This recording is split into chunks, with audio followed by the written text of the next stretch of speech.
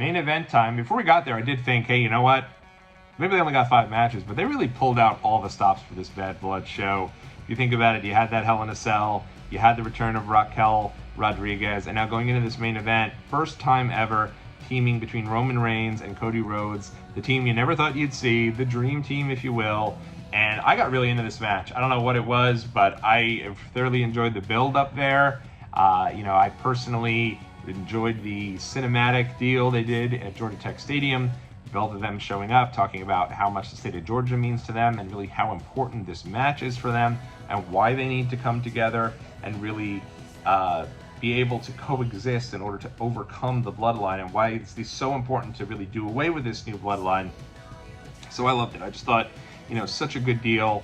It reminded me so much of that Survivor Series 2011, a show I loved and I went to, primarily built around something similar, which it was The Rock and John Cena. Even though they can't coexist, they're preparing for their big match at WrestleMania, but for this one night only, they were coming together to team up to take on a threat, an Awesome Truth, which at the time they were a threat. And for me, I just thought that it was such a good harken back to that. The entrances here, over the top, just so well done. You had you think about this for a second, the Arkansas Pine Bluff Band, who is obviously the band for the Arkansas Pine Bluff University. They played Cody's theme in a game against Arkansas, and it was like it all of a sudden did. It became like a viral sensation. I thought this was one of the coolest deals. You think about it, these kids are just playing Cody's theme one day, probably just trying to kill time in that game, which was a complete blowout, and maybe pop with the wrestling fans that are there. And wrestling is now so popular, and Cody Rhodes is so popular, and his theme song's so popular, that it becomes this viral sensation. So I thought that was just so cool. And then not to be outdone, and even though Cody's the champ, he came out first and Roman came out second, but it's Roman's return match, so I guess that makes sense.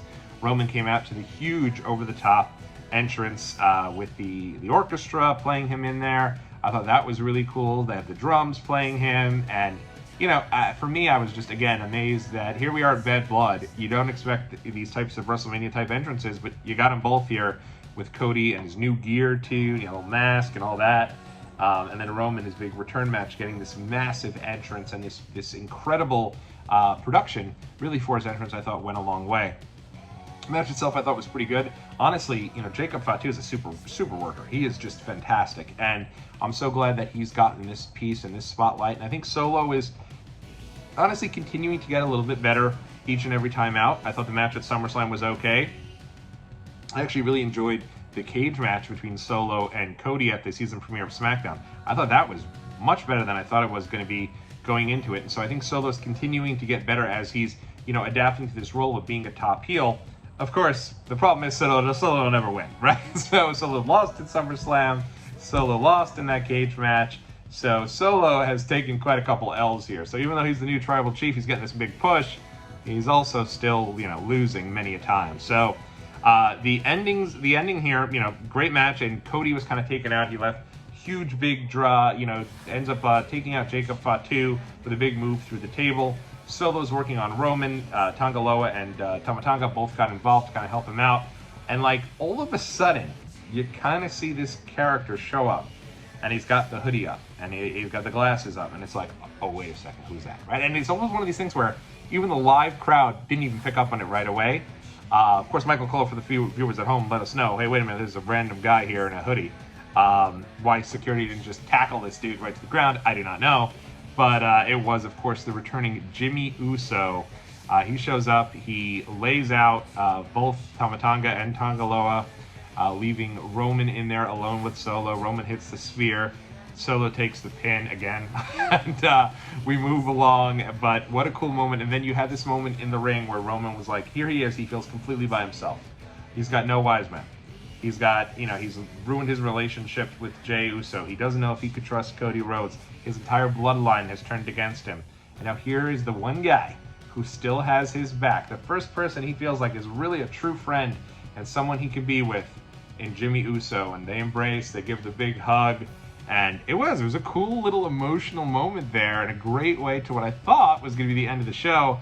And I was sitting there back, and I was like, man, they've given this crowd so damn much. Little did I know what was to come.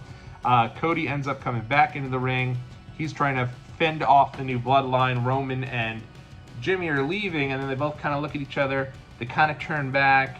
They see that he's being laid out, and then at the last minute, the two of them go, screw it. They run back in there to help save the day, clear house for Cody, and all the babyfaces stand tall.